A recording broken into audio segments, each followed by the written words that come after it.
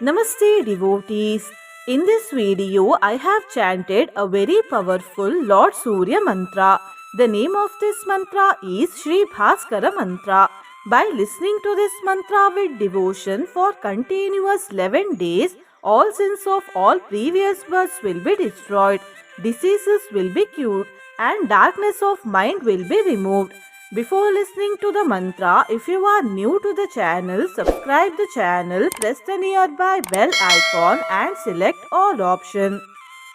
सप्तलोक प्रकाशाय सप्तसप्तिरथाय च सप्तद्वीप प्रकाशाय भास्कराय नमो नमः सप्तलोक प्रकाशाय सप्तसप्तिरथाय च सप्तद्वीप प्रकाशाय भास्कराय नमो नमः सप्तलोक प्रकाशाय सप्तसप्तिरथाय च सप्तद्वीप प्रकाशाय भास्कराय नमो नमः सप्तलोक प्रकाशाय सप्तसप्तिरथाय च सप्तद्वीप प्रकाशाय भास्कराय नमो नमः सप्तलोक प्रकाशाय सप्तसप्तिरथाय च सप्तद्वीप प्रकाशाय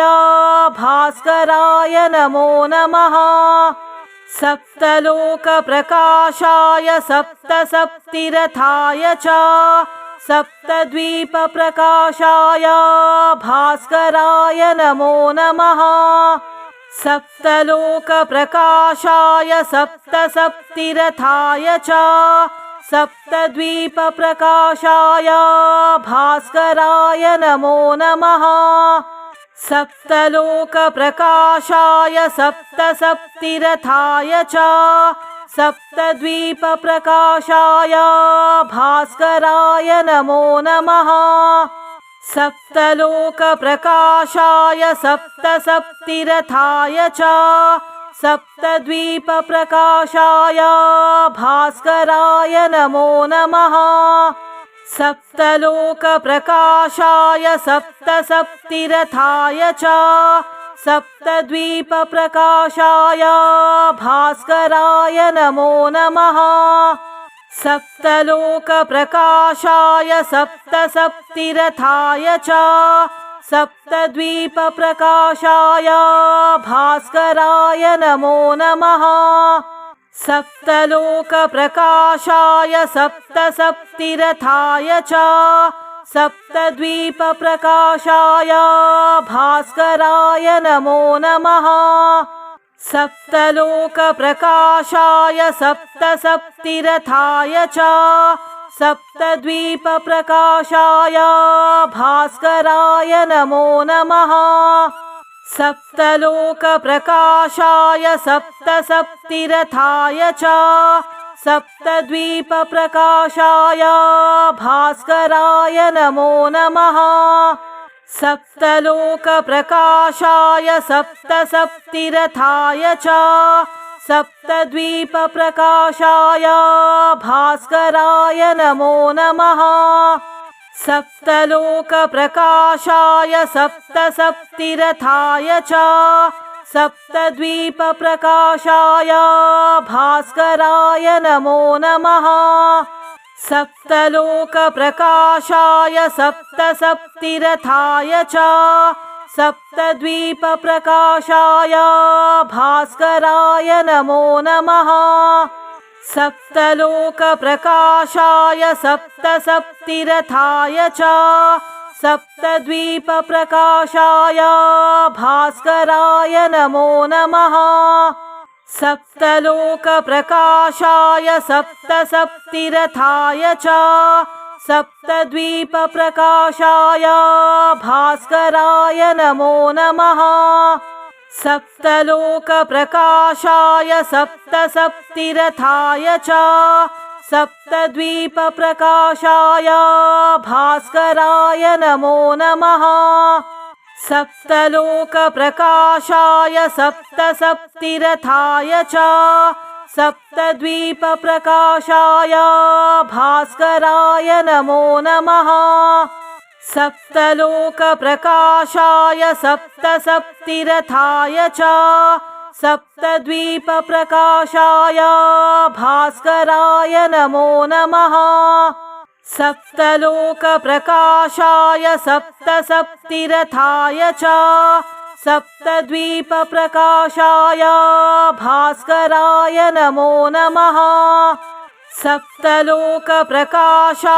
सप्तसप्तिरथाय च सप्तद्वीपप्रकाशाय भास्कराय नमो नमः।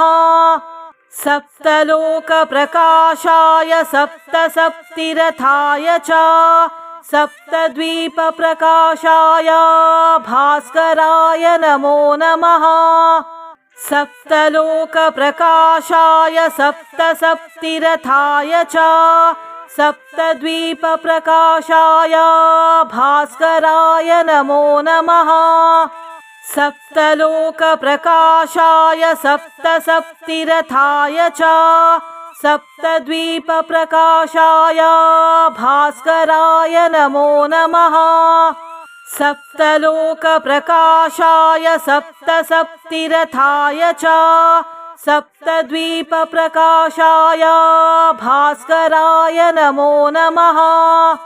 सप्तलोकप्रकाशाय सप्तसप्तिरथाय च सप्तद्वीपप्रकाशाय भास्कराय नमो नमः। सप्तलोकप्रकाशाय सप्तसप्तिरथाय च सप्तद्वीपप्रकाशाय भास्कराय नमो नमः। सप्तलोकप्रकाशाय सप्तसप्तिरथाय च सप्तद्वीपप्रकाशाय भास्कराय नमो नमः। सप्तलोकप्रकाशाय सप्तसप्तिरथाय च सप्तद्वीपप्रकाशाय भास्कराय नमो नमः। सप्तलोकप्रकाशाय सप्तसप्तिरथाय च सप्तद्वीपप्रकाशाय भास्कराय नमो नमः। सप्तलोकप्रकाशाय सप्तसप्तिरथाय च सप्तद्वीपप्रकाशाय भास्कराय नमो नमः। सप्तलोकप्रकाशाय सप्तसप्तिरथाय च सप्तद्वीपप्रकाशाय भास्कराय नमो नमः। सप्तलोकप्रकाशाय सप्तसप्तिरथाय च सप्तद्वीपप्रकाशाय भास्कराय नमो नमः। सप्तलोकप्रकाशाय सप्तसप्तिरथाय च सप्तद्वीपप्रकाशाय भास्कराय नमो नमः। सप्तलोकप्रकाशाय सप्तसप्तिरथाय च सप्तद्वीपप्रकाशाय भास्कराय नमो नमः। सप्तलोकप्रकाशाय सप्तसप्तिरथाय च सप्तद्वीपप्रकाशाय भास्कराय नमो नमः। सप्तलोकप्रकाशाय सप्तसप्तिरथाय च सप्तद्वीपप्रकाशाय भास्कराय नमो नमः। सप्तलोकप्रकाशाय सप्तसप्तिरथाय च सप्तद्वीपप्रकाशाय भास्कराय नमो नमः। सप्तलोकप्रकाशाय सप्तसप्तिरथाय च सप्तद्वीपप्रकाशाय भास्कराय नमो नमः। सप्तलोकप्रकाशाय सप्तसप्तिरथाय च सप्तद्वीपप्रकाशाय भास्कराय नमो नमः। सप्तलोकप्रकाशाय सप्तसप्तिरथाय च सप्तद्वीपप्रकाशाय भास्कराय नमो नमः। सप्तलोकप्रकाशाय सप्तसप्तिरथाय च सप्तद्वीपप्रकाशाय भास्कराय नमो नमः। सप्तलोकप्रकाशाय सप्तसप्तिरथाय च सप्तद्वीपप्रकाशाय भास्कराय नमो नमः। सप्तलोकप्रकाशाय सप्तसप्तिरथाय च सप्तद्वीपप्रकाशाय भास्कराय नमो नमः। सप्तलोकप्रकाशाय सप्तसप्तिरथाय च सप्तद्वीपप्रकाशाय भास्कराय नमो नमः। सप्तलोकप्रकाशाय सप्तसप्तिरथाय च सप्तद्वीपप्रकाशाय भास्कराय नमो नमः। सप्तलोकप्रकाशाय सप्तसप्तिरथाय च सप्तद्वीपप्रकाशाय भास्कराय नमो नमः।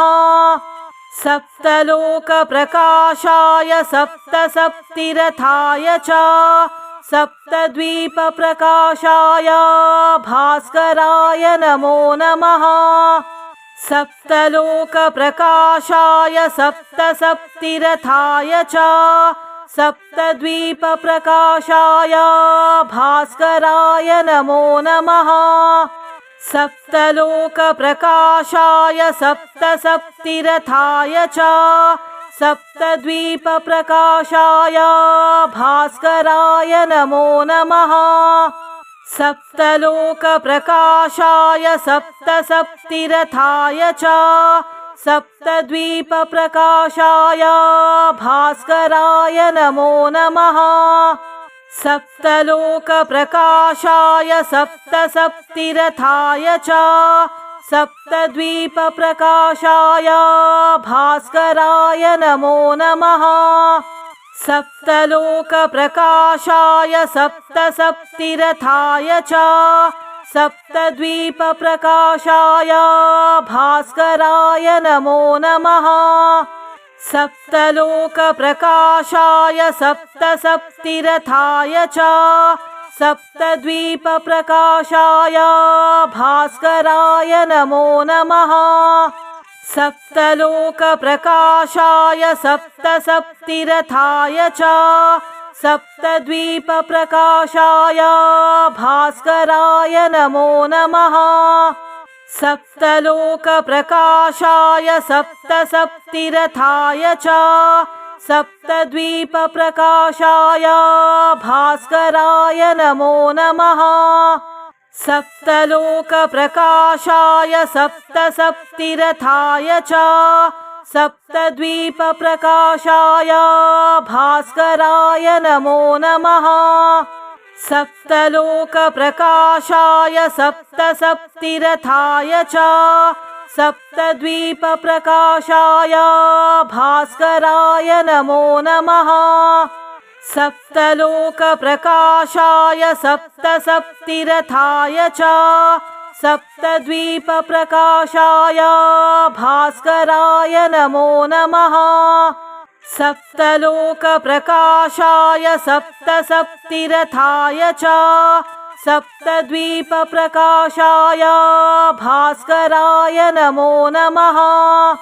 सप्तलोकप्रकाशाय सप्तसप्तिरथाय च सप्तद्वीपप्रकाशाय भास्कराय नमो नमः। सप्तलोकप्रकाशाय सप्तसप्तिरथाय च सप्तद्वीपप्रकाशाय भास्कराय नमो नमः। सप्तलोकप्रकाशाय सप्तसप्तिरथाय च सप्तद्वीपप्रकाशाय भास्कराय नमो नमः। सप्तलोकप्रकाशाय सप्तसप्तिरथाय च सप्तद्वीपप्रकाशाय भास्कराय नमो नमः। सप्तलोकप्रकाशाय सप्तसप्तिरथाय च सप्तद्वीपप्रकाशाय भास्कराय नमो नमः। सप्तलोकप्रकाशाय सप्तसप्तिरथाय च सप्तद्वीपप्रकाशाय भास्कराय नमो नमः। सप्तलोकप्रकाशाय सप्तसप्तिरथाय च सप्तद्वीपप्रकाशाय भास्कराय नमो नमः। सप्तलोकप्रकाशाय सप्तसप्तिरथाय च सप्तद्वीपप्रकाशाय भास्कराय नमो नमः। सप्तलोकप्रकाशाय सप्तसप्तिरथाय च सप्तद्वीपप्रकाशाय भास्कराय नमो नमः। सप्तलोकप्रकाशाय सप्तसप्तिरथाय च सप्तद्वीपप्रकाशाय भास्कराय नमो नमः। सप्तलोकप्रकाशाय सप्तसप्तिरथाय च सप्तद्वीपप्रकाशाय भास्कराय नमो नमः। सप्तलोकप्रकाशाय सप्तसप्तिरथाय च सप्तद्वीपप्रकाशाय भास्कराय नमो नमः। सप्तलोकप्रकाशाय सप्तसप्तिरथाय च सप्तद्वीपप्रकाशाय भास्कराय नमो नमः। सप्तलोकप्रकाशाय सप्तसप्तिरथाय च सप्तद्वीपप्रकाशाय भास्कराय नमो नमः। सप्तलोकप्रकाशाय सप्तसप्तिरथाय च सप्तद्वीपप्रकाशाय भास्कराय नमो नमः। सप्तलोकप्रकाशाय सप्तसप्तिरथाय च सप्तद्वीपप्रकाशाय भास्कराय नमो नमः। सप्तलोकप्रकाशाय सप्तसप्तिरथाय च सप्तद्वीपप्रकाशाय भास्कराय नमो नमः। सप्तलोकप्रकाशाय सप्तसप्तिरथाय च सप्तद्वीपप्रकाशाय भास्कराय नमो नमः। सप्तलोकप्रकाशाय सप्तसप्तिरथाय च सप्तद्वीपप्रकाशाय भास्कराय नमो नमः। सप्तलोकप्रकाशाय सप्तसप्तिरथाय च सप्तद्वीपप्रकाशाय भास्कराय नमो नमः। सप्तलोकप्रकाशाय सप्तसप्तिरथाय च सप्तद्वीपप्रकाशाय भास्कराय नमो नमः। सप्तलोकप्रकाशाय सप्तसप्तिरथाय च सप्तद्वीपप्रकाशाय भास्कराय नमो नमः। सप्तलोकप्रकाशाय सप्तसप्तिरथाय च सप्तद्वीपप्रकाशाय भास्कराय नमो नमः। सप्तलोकप्रकाशाय सप्तसप्तिरथाय च सप्तद्वीपप्रकाशाय भास्कराय नमो नमः।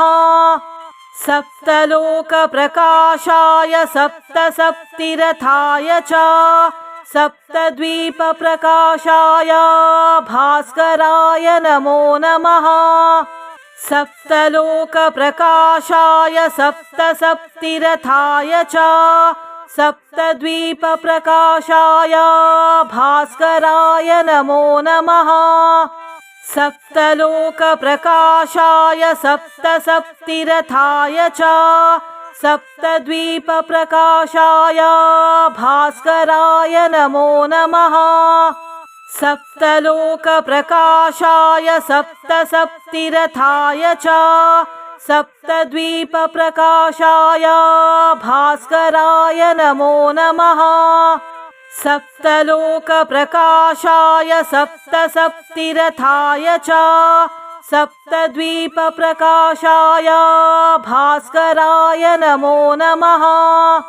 सप्तलोकप्रकाशाय सप्तसप्तिरथाय च सप्तद्वीपप्रकाशाय भास्कराय नमो नमः।